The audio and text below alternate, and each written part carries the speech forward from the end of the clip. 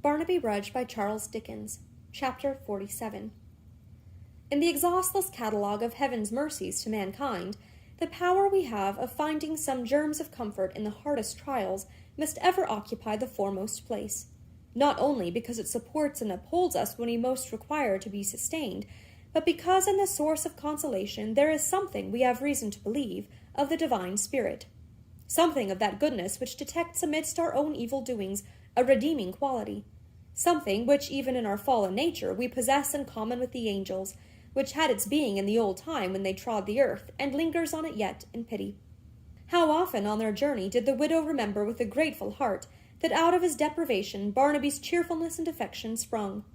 How often did she call to mind that but for that he might have been sullen, morose, unkind, far removed from her, vicious perhaps and cruel. How often had she cause for comfort in his strength and hope, and in his simple nature. Those feeble powers of mind which rendered him so soon forgetful of the past, save in brief gleams and flashes, even they were a comfort now. The world to him was full of happiness, in every tree and plant and flower, in every bird and beast and tiny insect whom a breath of summer wind laid low upon the ground, he had delight. His delight was hers, and where many a wise son would have made her sorrowful, this poor light-hearted idiot filled her breast with thankfulness and love. Their stock of money was low, but from the hoard she had told into the blind man's hand, the widow had withheld 1 guinea.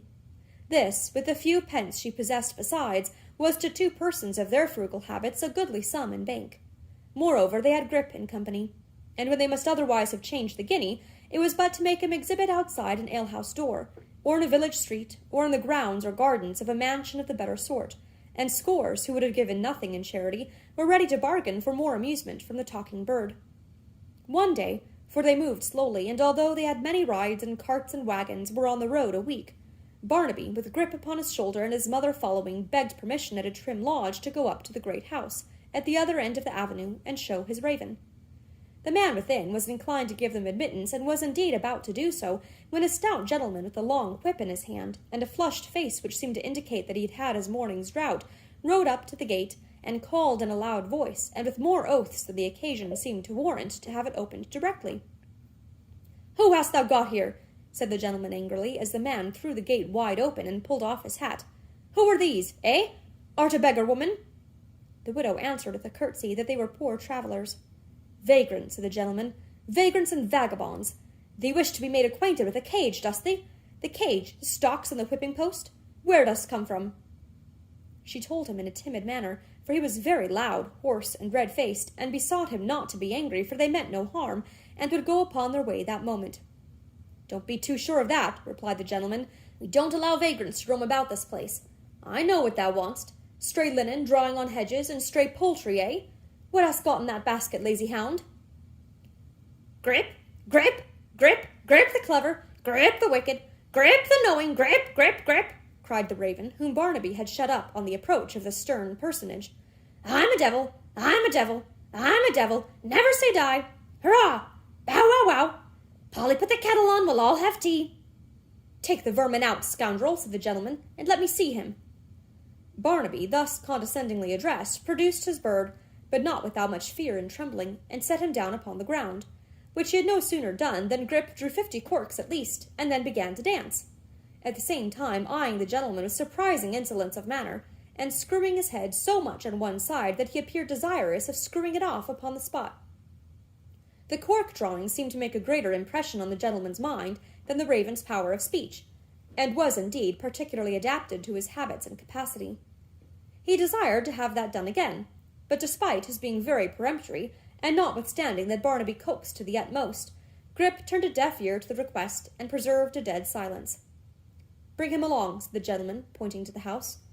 But Grip, who had watched the action, anticipated his master by hopping on before them, constantly flapping his wings and screaming "Cook!" meanwhile, as a hint, perhaps, that there was company coming, and a small collation would be acceptable. Barnaby and his mother walked on either side of the gentleman on horseback, who surveyed each of them from time to time in a proud and coarse manner, and occasionally thundered out some question, the tone of which alarmed Barnaby so much that he could find no answer, and, as a matter of course, could make him no reply. On one of these occasions, when the gentleman appeared disposed to exercise his horsewhip, The widow ventured to inform him in a low voice and with tears in her eyes that her son was of weak mind. "An idiot, eh?" said the gentleman, looking at Barnaby as he spoke. "And how long hast thou been an idiot?" "She knows," was Barnaby's timid answer, pointing to his mother. Always, I believe." "From his birth," said the widow. "I don't believe it," cried the gentleman. "Not a bit of it. It's an excuse not to work. There's nothing like flogging to cure that disorder. I'd make a difference in him in 10 minutes, I'll be bound." "Heaven has made none in more than twice 10 years, sir," said the widow mildly. "Then why don't you shut him up? We pay enough for county institutions, damn him. But thou'd rather drag him about to excite charity, of course. I know thee." Now, this gentleman had various endearing appellations among his intimate friends. By some he was called a country gentleman of the true school, by some a fine old country gentleman, by some a sporting gentleman, by some a thoroughbred Englishman, by some a genuine John Bull, but they all agreed in one respect, and that was that it was a pity there were not more like him, and that because there were not, the country was going to rack and ruin every day. He was in the Commission of the Peace, and could write his name almost legibly, but his greatest qualifications were that he was more severe with poachers, was a better shot, a harder rider, had better horses, kept better dogs, could eat more solid food, drink more strong wine, go to bed every night more drunk and get up every morning more sober than any man in the county. In knowledge of horseflesh he was almost equal to a farrier. In stable learning he surpassed his own head groom, and in gluttony not a pig on his estate was a match for him. He had no seat in Parliament himself, but he was extremely patriotic, and usually drove his voters up to the poll with his own hands. He was warmly attached to church and state, and never appointed to the living in his gift any but a 3-bottle man and a first-rate fox-hunter. He mistrusted the honesty of all poor people who could read and write, and had a secret jealousy of his own wife, a young lady whom he had married for what his friends called the good old English reason, that her father's property adjoined his own, for possessing those accomplishments in a greater degree than himself. In short, Barnaby being an idiot, and Grip a creature of mere brute instinct, it would be very hard to say what this gentleman was. He rode up to the door of a handsome house approached by a great flight of steps, where a man was waiting to take his horse, and led the way into a large hall, which, spacious as it was tainted with the fumes of last night's stale debauch.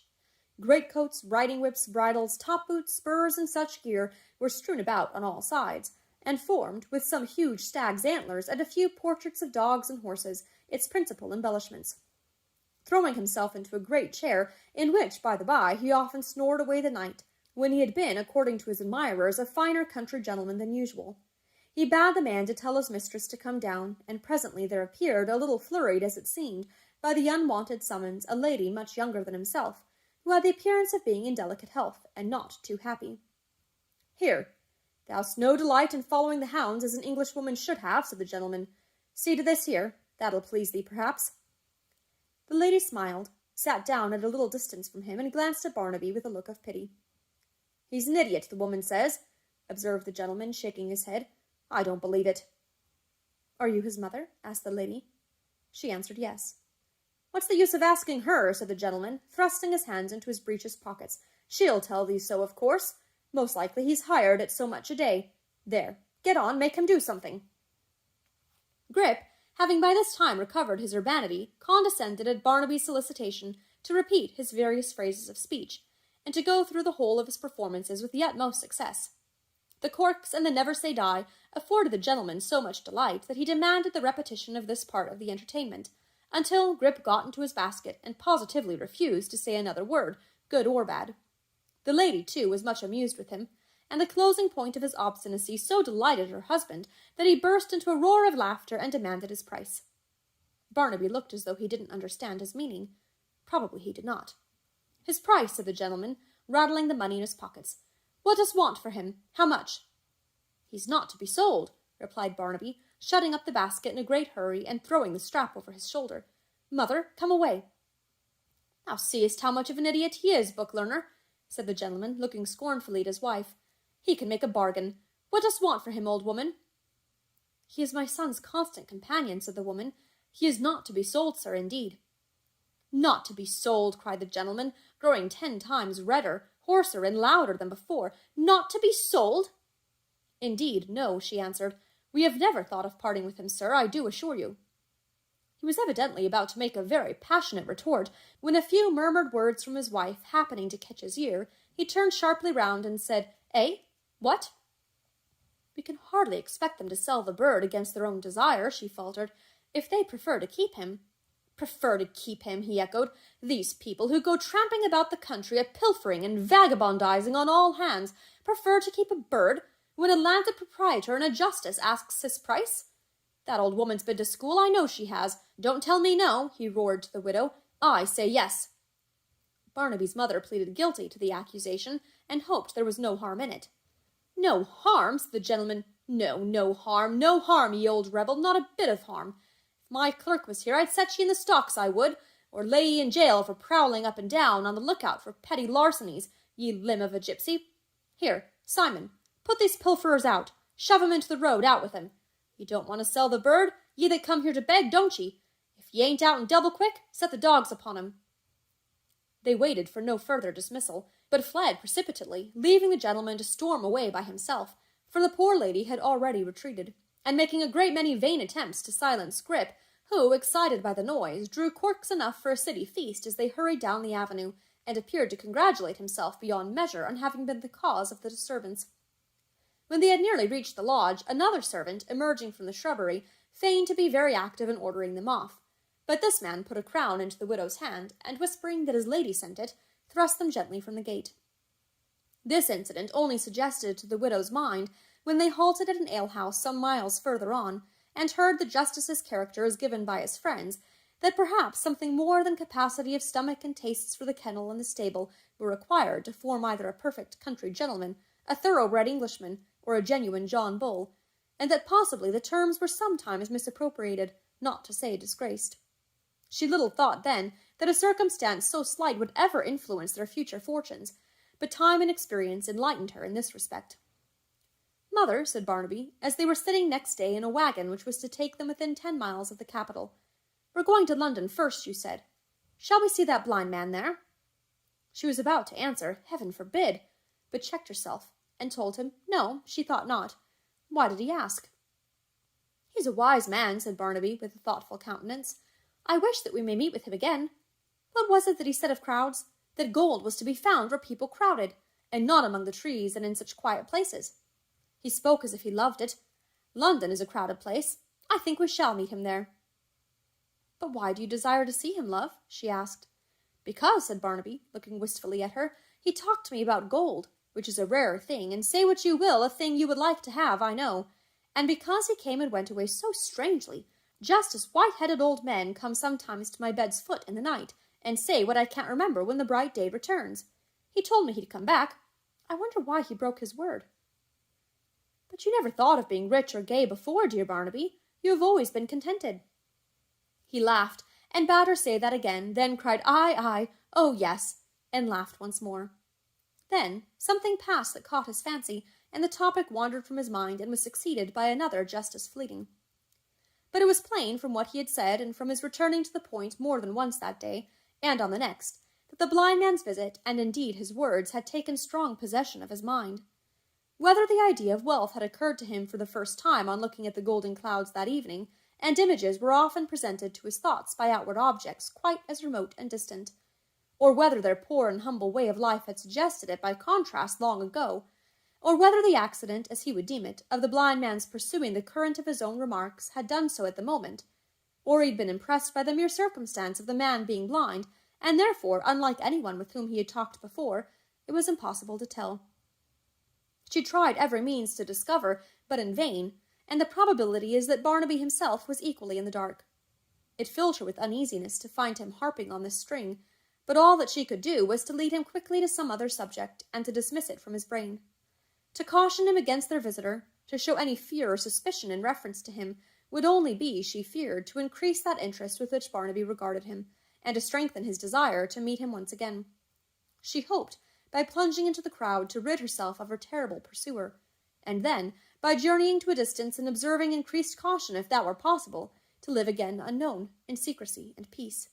They reached, in course of time, their halting place within 10 miles of London, and lay there for the night, after bargaining to be carried on for a trifle next day in a light van which was returning empty, and was to start at 5 o'clock in the morning.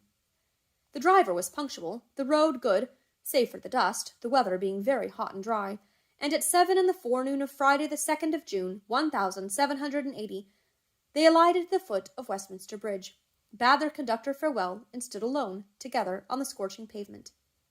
For the freshness which night sheds upon such busy thoroughfares had already departed, and the sun was shining with uncommon lustre.